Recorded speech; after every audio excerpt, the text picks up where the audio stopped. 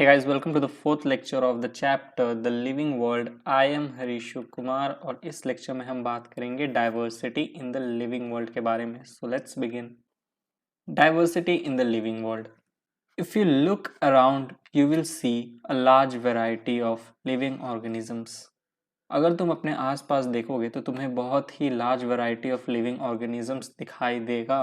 जैसे मान लो एक दिन तुम पार्क में गए, ठीक है, ये तुम अपने पेट डॉग को घुमाने ले गए, पेट डॉग को, तो तुम देखोगे कि पार्क में बहुत तरह के वैरायटी ऑफ ऑर्गेनिजम्स घूम रहे हैं आसपास या फिर प्रेजेंट है. जैसे ट्री क्या है, एक ऑर्गेनिज्म ही है. पॉटेड प्लांट्स हो गया, बटरफ्लाई हो गया, बर्ड्स हो गए, फिर ये जो डक है पॉन्ड में और फिश है, ये सब क्या है, ये सब वैरायटी है, large variety of living organisms. इसी को कहते हैं diversity. Diversity in the living world. किस चीज का डाइवर्सिटी? लिविंग ऑर्गेनिजम्स का. लिविंग ऑर्गेनिजम्स का. तो इस टॉपिक में हम इसी के बारे में डिस्कस करेंगे, डाइवर्सिटी के बारे में जानेंगे. ये जो डाइवर्सिटी है, जो लार्ज वैरायटी है लिविंग ऑर्गेनिजम्स का हमारे लिविंग वर्ल्ड में, मतलब ये जो अर्थ पे, इसी के बारे में इस टॉपिक में डिस्कशन होगा. Moving on. There are several organisms that cannot be seen by naked eyes.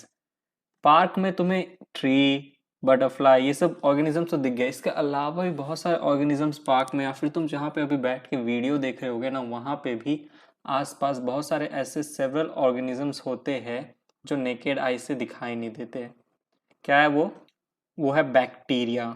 Bacteria क्या? प्रोकैरियोट्स है. प्रोकैरियोट्स तो तुम्हें पता होना चाहिए ये बात. और यहाँ पर इस फोटो में मैंने जिस जिस ऑर्गेनिजम्स का नाम लिया वो सब यूकैरियोट्स है, इंक्लूडिंग यू योरसेल्फ. ह्यूमन क्या है, वो भी यूकैरियोट्स है. प्रोकैरियोट यानी बैक्टीरिया मतलब क्या? Basically unicellular micro organisms. Micro organisms. तो ये जो बैक्टीरिया है ना, ये भी प्रेजेंट है तुम्हारे आसपास, बट तुम उन्हें नहीं देख सकते क्योंकि नेकेड आई से वो विजिबल नहीं है. तो क्या करना होगा देखने के लिए? For visualisation of bacteria you need to use microscope. Microscope के मदद से आप बैक्टीरिया जैसे छोटे माइक्रो ऑर्गेनिज्म को विजुअलाइज यानी देख सकते हो, बट नेकेड आई से नहीं दिखेगा. अब आगे बढ़ते. नेक्स्ट पॉइंट, एनसीईआरटी ने ये कहा है कि if you increase the area that you make observations in, the range and variety of organisms that you see would increase. मतलब बेसिकली देखो क्या, मान लो एक एरिया है, ठीक है, ये हमारा एक जगह है जहाँ पे तुम रहते हो, और ये एरिया का रेडियस मान लो 2 किलोमीटर है.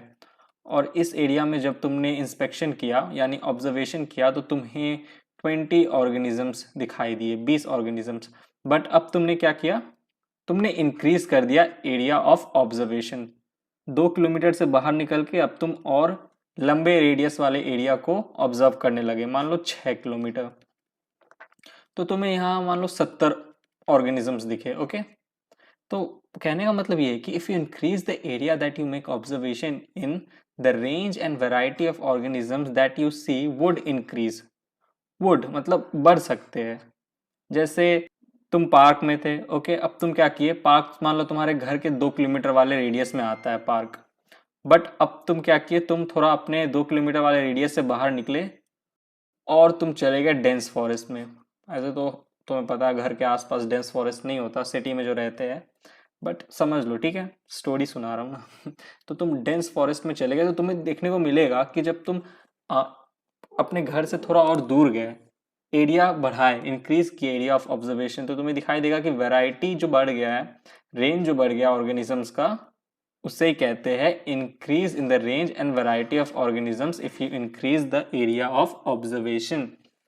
एक नोट है यहाँ पे, क्या है देखो, as we explore new areas and even old ones, new organisms are continuously being identified. मतलब मान लो तुम पार्क से गए डेंस फॉरेस्ट 1 साल के लिए, फॉर 1 ईयर, या फिर चलो 2 साल के लिए, 2 साल के लिए कोई एडवेंचर पे या कोई मतलब ऐसी रहने के लिए डेंस फॉरेस्ट में चले गए, ठीक है, तुम सिटी लाइफ से तंग आ गए थे, एकदम डेंस फॉरेस्ट में एकदम एक कुटिया बना के वहां रहते थे.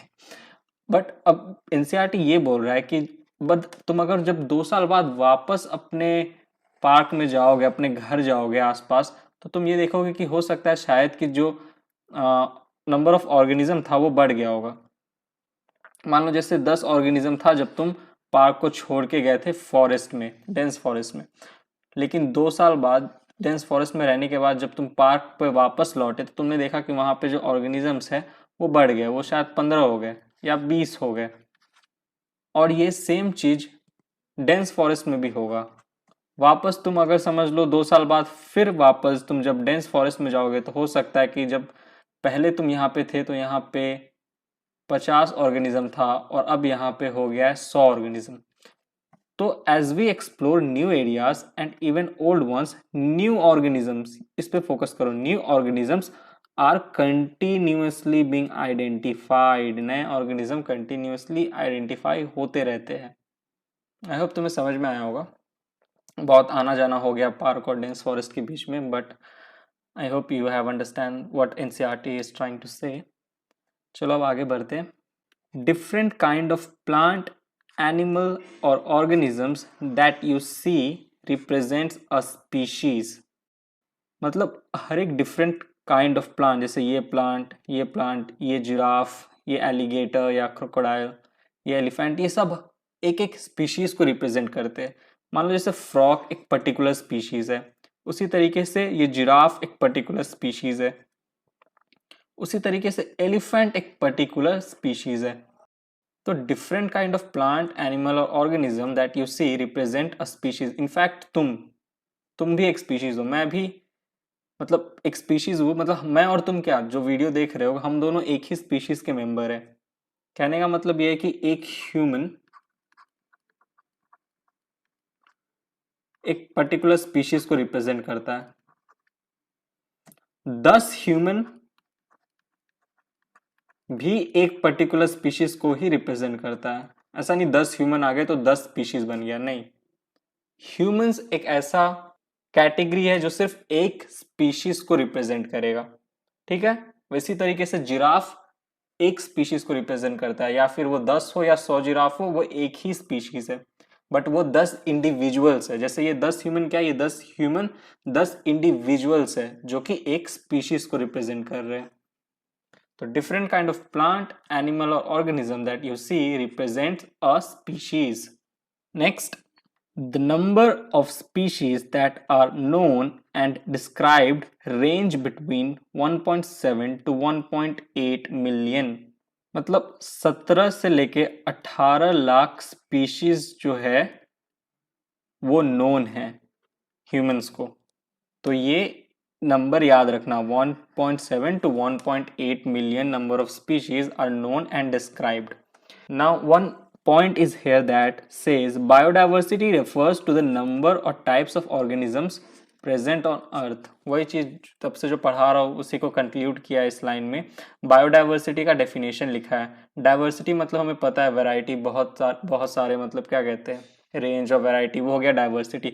जब उसमें हम बायो ऐड कर देंगे तो क्या बन जाएगा, लिविंग वर्ल्ड, जिसके अंदर लाइफ है उसका डाइवर्सिटी। डाइवर्सिटी तो आइसक्रीम के फ्लेवर में भी है, बट हम उसे बायोडाइवर्सिटी नहीं कहते, उसे हम सिर्फ डाइवर्सिटी कहते हैं।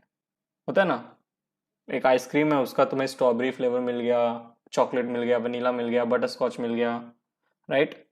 बट उसे तो बायोडाइवर्सिटी थोड़ी कहोगे। बायोडाइवर्सिटी कब कहोगे, जब लिविंग ऑर्गेनिज्म की डाइवर्सिटी की बात हो रही हो, जैसे cat, dog, elephant, giraffe, mango tree, coconut tree. ये क्या, ये सब बायोडाइवर्सिटी है जो कि अर्थ पे प्रेजेंट है, present on earth. Moving on, the number of species that are known and described range between 1.7 to 1.8 million। ये चीज तो हमने देख ही लिया। We know the plants and animals, we know the plants and animals in our area by their local names, which can vary from place to place even within a country। इस sentence का मतलब क्या है, ये क्यों लिखा हुआ है एनसीईआरटी में, देखो ये हमारा वर्ल्ड मैप है और हम आते हैं कहीं यहाँ पे इंडिया, ओके, इंडिया। अब इंडिया में कैट को क्या कहते हैं हिंदी में, इंडिया का ऑफिशियल लैंग्वेज क्या है, हिंदी। हिंदी नेशनल लैंग्वेज नहीं है इंडिया का, बट ऑफिशियल लैंग्वेज है, क्योंकि हमें पता है हमारे देश का कोई नेशनल लैंग्वेज नहीं है। नेशनल एनिमल है, नेशनल बर्ड है, but we don't have any national language. But official language एक तरह से तुम हिंदी बोल सकते हो। तो हिंदी में हम कैट को क्या बोलते हैं? बिल्ली, राइट, बिल्ली बोलते हैं। बट इंडिया में अगर तुम समझ लो वेस्ट बंगाल चले गए, वेस्ट बंगाल, तो वेस्ट बंगाल में बंगाली बोला जाता है, और बंगाली में बिल्ली को कहते हैं बिराल, बिराल कहते हैं। ये बंगाली में लिखा है मैंने, तुम्हें शायद नहीं समझ में। ऐसे अगर तुम गुजरात चले जाओगे, साउथ इंडिया में चले जाओगे, तो हो सकता है कैट का, बिल्ली का अलग अलग नाम तुम्हें दिख जाए। ठीक है, तो एनसीईआरटी यही बोल रहा है कि we know the plant and animals, मैंने कैट का एग्जाम्पल लेके समझाया, in our area by their local names which can vary from place to place, जो कि प्लेस टू प्लेस वैरी कर सकता है, even within a country, country में वैरी कर सकता है। एक स्टेट से दूसरे स्टेट जाओ, देखो बिल्ली का नाम बदल जाएगा। साउथ के किसी स्टेट में जाओ, वहां बिल्ली को कुछ और कहते होंगे लोकल भाषा में, वहां के लोकल नेम के हिसाब से। और ये सिर्फ कंट्री में नहीं है, ये ऑल ओवर द वर्ल्ड में है। तुम अगर यूएसए जाओगे तो वहां बिल्ली को क्या बुलाते हैं? Cat, right. चाइना जाओगे, वहां चाइनीज में कुछ और बुलाते होंगे, जापानीज में कुछ और बुलाते होंगे। तो एनसीईआरटी ये लाइन इसलिए लिखा है कि ये बताना चाहता है कि ये जो कैट, बिल्ली, ये जो बिराल है, ये सब कॉमन नेम है, जो कि एक प्लेस से दूसरा प्लेस चेंज हो सकता है। बट हमें चाहिए एक ऐसा नाम जो हर जगह सेम हो, ऑल ओवर द वर्ल्ड। उसे हम कहते हैं साइंटिफिक नेम, साइंटिफिक नेम या फिर बायोलॉजिकल नेम। क्यों हमें साइंटिफिक या बायोलॉजिकल नेम की जरूरत है जब कॉमन नेम से काम चल ही रहा था? क्योंकि देखो साइंटिस्ट जो होते हैं, रिसर्चर्स जो होते हैं, उन्हें एक जगह से दूसरे जगह, एक कंट्री से दूसरे कंट्री जाना पड़ता है रिसर्च के लिए, या किसी किसी काम के लिए कोई रिसर्च हो गया, तो वो जब दूसरे कंट्री जाएंगे, तो अगर तुम यहाँ से यूएसए जाके बिल्ली बिल्ली बोलोगे तो उन्हें समझ में नहीं आएगा। तो तुम्हें एक ऐसा नाम बोलना है जो उनको समझ में आ जाए, जो कि all over the world same रहे। एक जगह से दूसरी जगह जाओगे और तुम कोई प्लांट देखे और तुम उसका लोकल नेम बोलोगे तो शायद वहाँ के लोग नहीं समझ पाए। तो तुम साइंटिफिक नेम या बायोलॉजिकल नेम का इस्तेमाल कर सकते हो। जैसे हम कैट का एग्जाम्पल ले लेते हैं। कैट यूएसए में कैट कहते हैं, इंडिया में बिल्ली कहते हैं, बंगाली में बिराल कहते हैं, बट इसका साइंटिफिक या बायोलॉजिकल नेम है फेलिस कैटस। ये जो नाम है ना, फेलिस कैटस, ये all over the world same है। भले ही तुम यूएस जाओ, चाइना जाओ, ऑस्ट्रेलिया जाओ, अफ्रीका जाओ, यूरोप के किसी कंट्री में जाओ, फेलिस कैटस से ही कैट को लोग जानते हैं। मतलब जो पढ़े लिखे साइंटिफिक लोग हैं, जिसको साइंस का आइडिया है, मतलब बायोलॉजिकल लोग जो, मतलब बायोलॉजी जो जानते हैं, तो ये जो नाम है ये all over the world same ही है, इसको तुम बदल नहीं सकते। कॉमन नेम एक जगह से दूसरी जगह वैरी कर सकता है, but scientific name all over the world एक ही होगा बिल्ली का, वो है फेलिस कैटस। तो बेसिकली ये जो लाइन है, इससे एनसीईआरटी यही कहना चाहता है कि एक साइंटिफिक नेम की ज़रूरत है वर्ल्ड को, ताकि एक पर्टिकुलर ऑर्गेनिज्म को लोग किसी भी पार्ट ऑफ द वर्ल्ड में रह के समझ सके कि कौन से ऑर्गेनिज्म की बात हो रही है। तो चलो इसी नामकरण पे, नोमेनक्लेचर पे हम थोड़ा और रोशनी डालते हैं। हाँ, नोमेनक्लेचर क्या है? अभी एक मैंने नया वर्ड इस्तेमाल किया, नोमेनक्लेचर ना। नोमेनक्लेचर का मतलब होता है नामकरण।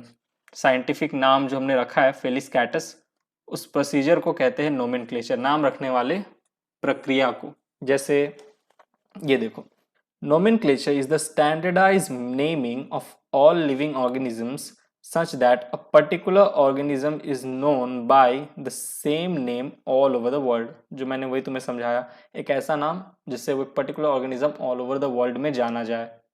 बट नोमेनक्लेचर करने से पहले एक और चीज की जरूरत पड़ती है, वो है identification. Naming is only possible when the organism is described correctly and we know to what organism the name is attached to.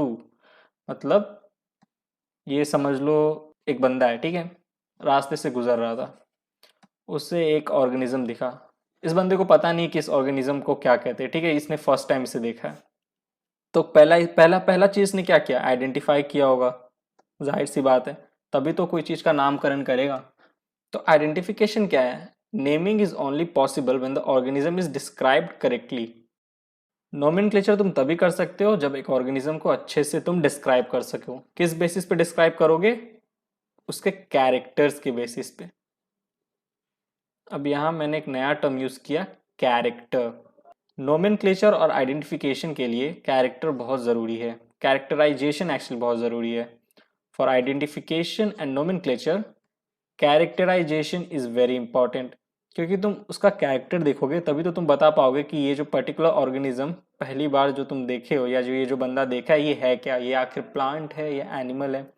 तो जब इस बंदे ने आइडेंटिफाई किया और देखा कि ये जो पर्टिकुलर ऑर्गेनिज्म है ये मूवमेंट कर सकता है, लोकोमोशन कर सकता है, तो ये प्लांट नहीं होगा, एनिमल होगा। फिर उसने और भी बहुत सारे कैरेक्टर देखे उसके और इस एनिमल के, और फिर इसका नोमेनक्लेचर कर दिया। नोमेनक्लेचर क्या कर दिया? फेलिस कैटस। ऐसे तो इसने नहीं किया था, किसी और ने किया था, बट मैं तुम्हें एक स्टोरी समझा रहा हूँ ताकि तुम बेसिकली समझ जाओ कि एनसीईआरटी क्या कहना चाहता है। नोमेनक्लेचर और आइडेंटिफिकेशन के बीच में लिंक क्या है और कैरेक्टराइजेशन हम किस लिए यूज़ करते हैं। कैरेक्टराइजेशन यूज़ करते हैं आइडेंटिफिकेशन के लिए और फिर नामकरण के लिए, नोमेनक्लेचर के लिए। Moving on. In order to facilitate the study, number of scientists have established procedure to assign a scientific name to each known organism. हर एक known organism का नामकरण करने के लिए साइंटिस्ट ने क्या किया? एक प्रोसीजर को establish किया ताकि उन्हें नामकरण करने में आसानी हो। जैसे फॉर प्लांट्स, अगर प्लांट्स कभी डिस्कवर होता है, कोई एक नया स्पीशीज प्लांट का डिस्कवर हुआ, आई मीन टू से, तो उसका नामकरण कैसे होगा? तो for plants scientific names are based on agreed principles and criteria provided in ICBN. ICBN एक बुक है जिसमें बहुत सारे रूल्स हैं। ओके, आईसीबीएन का फुल फॉर्म क्या है? International code for Botanical Nomenclature. जितने भी प्लांट्स है ना, प्लांट्स के अगर स्पीशीज है उसका अगर नामकरण करना है, नोमेनक्लेचर करना है, तो आईसीबीएन बुक में बहुत सारे रूल्स है। बुक में सेट ऑफ रूल्स है, उनको फॉलो करके प्लांट्स का नोमेनक्लेचर होगा। वैसी फॉर एनिमल्स, एनिमल्स के लिए scientific names are based on agreed principles and criteria provided in ICZN, international code for zoological nomenclature. जिस तरीके से आईसीबीएन एक बुक था फॉर प्लांट्स, उसी तरीके से आईसीजेडएन एक बुक है, या फिर आईसीजीएन या जेडएन जो बोल लो, इसमें भी सेट ऑफ रूल्स है, सेट ऑफ रूल्स जो कि फॉलो किए जाते हैं जब किसी एनिमल का, किसी एनिमल स्पीशीज का नोमेनक्लेचर हो रहा होता है तब। ये बेसिकली किस लिए किया है? To facilitate the study, study को आसान करने के लिए, मतलब नामकरण नोमेनक्लेचर को आसान करने के लिए। Next, what are the purpose of ICBN and ICZN? क्या पर्पस है? एक तो हम लोग समझ गए, to facilitate the study, study को आसान बनाने के लिए, पर कैसे? पर्पस क्या है? क्या मतलब क्या उसका एम है? चलो देखते हैं। पहला है to ensure that each organism has only one scientific name. जैसे मान लो हमारा ये कैट है, इसका एक ही साइंटिफिक नेम होगा जो है फेलिस कैटस। इसका कोई दूसरा साइंटिफिक नेम नहीं हो सकता। And such name has not been used for any other known organisms. और ये जो फेलिस कैटस जो नामकरण हुआ है कैट का, आईसीबीएन, मतलब आईसीबीएन तो प्लांट के लिए, तो हम लोग तो कैट का एग्जांपल लेके बात कर रहे हैं, तो आईसीजेडएन ये सेम चीज आईसीबीएन भी फॉलो करेगा, ठीक है, यही दो रूल, बट मैं कैट का एग्जांपल लिया इसीलिए आईसीजीएन जो है या जेडएन जो है वो ये सब चीज देखेगा, ध्यान देगा।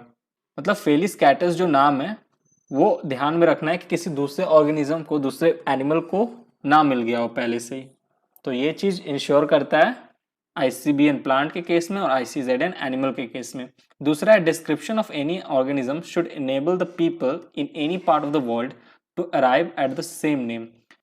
मतलब वर्ल्ड में, in any part of the world में ऐसा नामकरण हो कि सारे लोग जो है वो अग्री करे कि हाँ ठीक है, चलो फेलिस कैटस जो नाम है इट्स ओके, इट्स फाइन। तो डिस्क्रिप्शन, क्योंकि जो नाम है वो पहले तो आइडेंटिफिकेशन और उसके कैरेक्टर, बिल्ली के कैरेक्टर और आइडेंटिफिकेशन, मतलब बेसिकली उसके डिस्क्रिप्शन पे दिया गया है ना, तो डिस्क्रिप्शन ऑफ एनी ऑर्गेनिज्म, ऐसा डिस्क्रिप्शन, इतने अच्छे से डिस्क्रिप्शन होना चाहिए उसके कैरेक्टर्स का कि जितने भी मतलब लोग हैं ना any part of the world में, वो सेम नेम पे ही अराइव हो कि हाँ चलो इसका जो नाम है ठीक ठाक है, ताकि कोई डिस्प्यूट ना हो एक कंट्री और दूसरे कंट्री के बीच में कि क्यों ये नाम मिल गया जबकि इसका कैरेक्टर तो इसके नाम से मैच ही नहीं करते।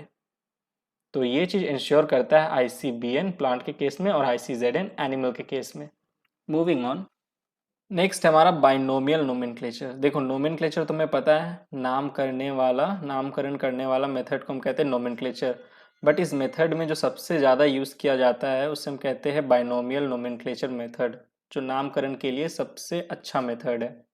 Binomial nomenclature is universally accepted principles to provide scientific names to known organism। Universally accepted है, मतलब ऑल ओवर द वर्ल्ड में जितने भी लोग हैं इसको अच्छे से एक्सेप्ट कर लिए कि हाँ यही बेस्ट वे है किसी भी ऑर्गेनिज्म को नाम देने का, साइंटिफिक नाम देने का। This naming system was given by Carolus Linnaeus. Carolus Linnaeus नाम के एक साइंटिस्ट थे, साइंटिस्ट ही रहे होंगे, मैंने इनके बारे में ज़्यादा पढ़ा नहीं है। साइंटिस्ट थे जिन्होंने ये बाइनोमियल नोमेनक्लेचर वाला जो मेथड है, जो सिस्टम है, नेमिंग सिस्टम, उसे दिया था। क्या होता है बेसिकली सिस्टम में, देखो etch name has two components, मतलब हमारा जो साइंटिफिक नाम है या फिर बायोलॉजिकल नाम है उसका दो कंपोनेंट होगा। पहला जेनरिक नेम जो कि नेम ऑफ जीनस को इंडिकेट करता है, दूसरा स्पेसिफिक एपिथेट जो कि नेम ऑफ स्पीशीज को इंडिकेट करेगा। जैसे एनसीईआरटी में एग्जाम्पल दिया है मैंगो का। मैंगो का साइंटिफिक नेम क्या है, देखो मैंगीफेरा इंडिका। इसमें जो पहला जो नाम है ना इसे हम कहते हैं क्या, जेनेरिक नेम, जो कि जीनस नेम है, जीनस को इंडिकेट करता है। और दूसरा इंडिका जो कि है हमारा स्पेसिफिक एपिथेट, जो कि स्पीशीज को इंडिकेट करता है। तो मैंगीफेरा इंडिका क्या है, नोमेनक्लेचर है किसका, साइंटिफिक नाम है किसका, मैंगो का, जो किस मेथड से दिया गया है, बाइनोमियल नोमेनक्लेचर के मेथड से। देखो बाइनोमियल नोमेनक्लेचर क्या कहता है, हर एक साइंटिफिक नाम का दो कंपोनेंट होगा। मैंगो का भी क्या है, एक है मैंगीफेरा इंडिका, एक मैंगीफेरा है और दूसरा इंडिका है, दो कंपोनेंट है। बाइनोमियल नोमेनक्लेचर के भी कुछ रूल्स होते हैं, कैसे दिया जाता है नाम, किस तरीके से मैंगो का नाम जो था वो मैंगीफेरा इंडिका पड़ गया। मेथड तो मैं पता है बाइनोमियल नोमेनक्लेचर से, बट कुछ रूल्स है, चलो देखते हैं क्या। Universal rules of nomenclature, basically यहाँ पे बाइनोमियल नोमेनक्लेचर की बात की जा रही है। ओके क्या है, देखो ये एनसीईआरटी से मैंने लिया है, क्रॉप करके यहाँ पे रख दिया ताकि तुम्हें अच्छे से समझ में आए। चारों के चारों पॉइंट एनसीईआरटी में अच्छे से दिए हुए हैं, जैसा कि तुम देख सकते हो। पहला रूल है biological names are generally in Latin and written in italics. मतलब ये जो मैंगीफेरा इंडिका जो है, जो हमारा मैंगो का नाम है, वो क्या है, लैटिन से लिया गया है, लैटिन भाषा से पढ़ा है और इटैलिक्स में लिखा जाता है। मतलब मैं चाहता तो एकदम सीधा सीधा ऐसे मैंगीफेरा भी लिख सकता था, बट देखो मैंने थोड़ा क्या किया है, थोड़ा टिल्ट कर दिया है मैंगीफेरा, क्योंकि साइंटिफिक नेम जो होता है वो इटैलिक्स में लिखते हैं और लैटिन भाषा से लिया गया है। दे आर लैटिनाइज्ड, मतलब बायोलॉजिकल नेम्स आर लैटिनाइज्ड और derived from Latin irrespective of their origin. Organism का कोई भी ओरिजिन हो, कोई भी कॉमन नाम हो, जब भी हम उसका साइंटिफिक नाम लिखेंगे ना तो वो हमेशा लैटिन में लिखा जाएगा। जैसे मैंगो क्या इंग्लिश है, मैंगो का अगर तुम बोलोगे मैंगो क्या, इंग्लिश ओरिजिन होगा मैंगो का, बट जब हमने मैंगो का साइंटिफिक नाम रखा तो मैंगो को लैटिनाइज्ड कर दिया, किस भाषा में, लैटिन भाषा में। तभी तो मतलब वही लैटिनाइज्ड कर दिया, कन्वर्ट कर दिया लैटिन भाषा में, और उसे हमने कहा लैटिनाइज्ड। तो बायोलॉजिकल नेम्स आर लैटिनाइज्ड और derived from Latin irrespective of their origin। Second point है the first word in biological name represent the genus while the second component denotes the specific epithet। ये हमने पहली बात कर लिया, पहला जो है वो क्या है, जेनरिक नेम है, और दूसरा जो है वो स्पेसिफिक एपिथेट है, मतलब स्पीशीज को इंडिकेट करता है या डिनोट करता है। तीसरा रूल है both the words in biological name when hand written are separately underline. जब तुम मैंगीफेरा इंडिका को, मैंगीफेरा इंडिका को अपने कॉपी पे लिखोगे ना, अपने हाथ से पेन से लिखोगे, तो ध्यान रखना अंडरलाइन कर देना दोनों वर्ड को सेपरेटली, क्योंकि यही तरीका है, यही रूल है। अगर नहीं करोगे तो फिर गलत हो जाएगा।